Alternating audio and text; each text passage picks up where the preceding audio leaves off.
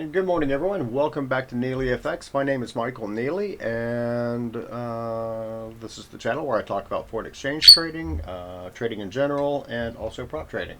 So let's get into it. So first, let's get into our risk disclaimer screen. This is the risk disclaimer that I've got to do by law. If you hear a chirping sound, that's not you.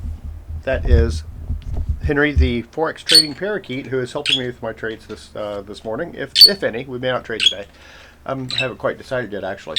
But here we go. This channel is for educational and entertainment purposes only and does not constitute trading or financial advice. I'm a professional trader, not a broker, trading my own capital, and I do not solicit funds, manage client accounts, nor do I hold CFTC or NFA registration. Forex trading is highly speculative and with a high degree of losing some or all of your investment capital.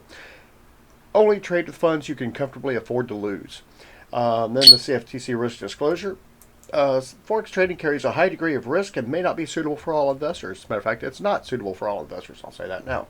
The high degree of leverage can work against you as well as for you. So before trading Forex, consider your investment objectives, experience, and risk appetite. You could sustain a loss of some or all of your investment capital. So first, let's get into what's on the agenda for today. We're here. There we go. Here we are. Here we have the CPI data from yesterday. I want to take a look at it because I have not seen it yet. We're going to refresh this, and it will probably take us straight to tomorrow. No, it did. It took us to yesterday. Okay, we don't have PPI data yet. I wanted to look at CPI data real quick and see if it was a miss, and it was a miss. It looked like it was up instead of down. I was expecting 2.6, but it got 2.7, so it exceeded expectations, and that's why we got a strong move in the euro, on the yen and the euro yesterday. Today we've got PPI, usually not quite as substantial of a mover as CPI, but it very could well be. And then one of my favorite economic indicators right after that is capacity utilization. You probably have to do so, look that up and see what capacity utilization is, but it's basically the percentage of the manufacturing sector that is used to, or I guess they've integrated the service industry in it since the first time I saw that, into actual production. Industrial production is right after it. All right, so let's get into the charts. Let's see what we got today. Henry's trying to drink my coffee, and he can't drink coffee because he's a bird. And birds are not supposed to drink coffee, right? Right, Henry? Let me see. Where are we? Let's go over here to the euro first, and this is the big move yesterday, which had a big, strong pull down. We're going to go to the daily charts because we've got to redraw a couple of trend lines here for daily support, which is right here.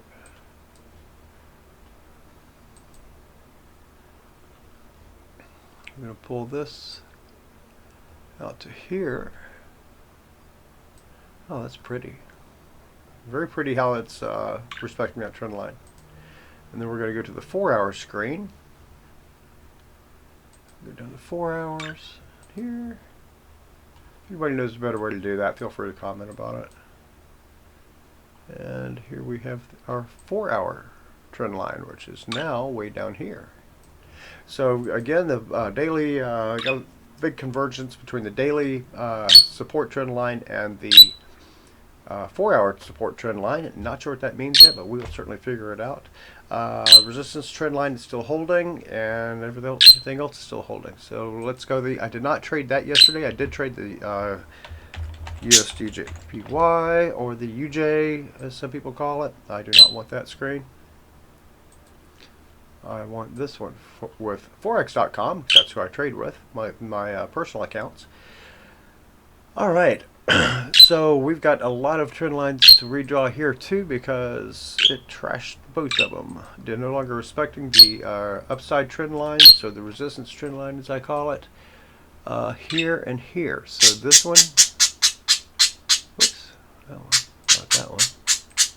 This one needs to come up here, put that little dot right there, and then this one goes all the way up there. Let's get back into the Henry does not like how I'm drawing these, but then they're not as clean sometimes, so the trend lines can get kind of sloppy. What are you doing, Henry? Leave my little ears out of this. Okay, and that's going to go up here. So that's what we've got going on now. We've got, again, a convergence in the 1 hour trend line and the 4 hour trend line, support resistance trend line, and the daily trend line. So, this is what had me confused yesterday. This is a break of structure that shows a bullish break of structure, and I jumped back into the trade last night and shouldn't have. I did put a 25%, 25 pip stop loss on that. Let's see if I can find the trade. Looks like I'm on X a lot, but I'm really not. Here's one. Okay, we'll get in this one. This is one of my prop trading accounts, and as you can see, I did do fairly well on that. 4.27, and then I'm experimenting with commission versus spread on this account. So this one had a 2.7 commission. And as you can see, I made about $421 on 15,000. Not a bad day. However, that's not what that says, because I jumped back into it. All history, and this will show the trade from today. Maybe I guess it doesn't. I won't update it today. But at any rate, I lost a couple $100 on it on the backside. So. I think 165, I think, is the number that rings a bell. That's not as near as pretty as this right here. Remember, I lost $1,200 in this account last week, and as you can see, I made it, well, all the way down to the bottom. Made it back yesterday, and then only lost 500. This is where I can really show what happened. I jumped back into the trade here. It tested 115. Tested 149.15 and did not break through, so it did come back down and stop out. This is looking like it could pull back about 50%, so I'm expecting a pullback to about here, around 148.33. In that area right there, I could put a buy limit in there. However, I'm not convinced that this is really going to continue. A big strong push here. I'm not sure if I need to trade this or not. And one of the things about trading, if you're not sure you should trade, you shouldn't, because it will the markets will take your money just as easily as anyone else can. So we are not going to trade today because I don't see the trade unless it's right here. And again, it's saying oh, that's a buy order. Never mind. It'd be great if it did that, but it's got to go through the psychological level of 50 first. If I were in front of the computer all day, I may trade it, but I have a day job, so if I don't have a trade early in the morning, I'm not going to take it. I'm going to stick to my rules on that and preserve my capital and see if we can get some more winning trades going on in there. We go back to my other account real quick. Hard out. We're going to put that in there like that. And this account is also looking pretty happy yesterday. Yeah. So on 120,000, that I would have made 2,100, but I did give some of it back to the markets because that's what I do sometimes. Is I get into it and get into the exuberance of having a winning trade, and then I jump right back in thinking the trade is going to continue, or the trend is going to continue. But something that's, if you can't figure it out from this chart right here, this uptrend right here, I probably need to redraw my trend lines again another time. I'm running out of time right now. The Forex market goes up, pulls back, goes up, pulls back, goes up, pulls back. It is not a straight line. It does not go to the moon. It drives me nuts. I hear people saying, oh, it's going to the moon. No, it's not. Nothing in Forex goes to the moon. It goes up and pulls back.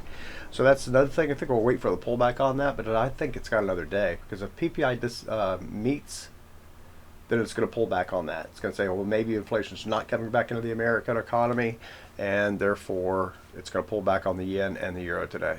So that's what I'm expecting today, and since the main trend is up on the yen, on the UJ, and down on the euro, at least on the 4 hour chart, the And it looks like it's going against that trend today. So we're not going to trade today, and I'm going to go and get this video up. So you guys have a great one, and if you like this video, then be sure to like and subscribe to this channel, and we'll have more coming out. You guys have a great one.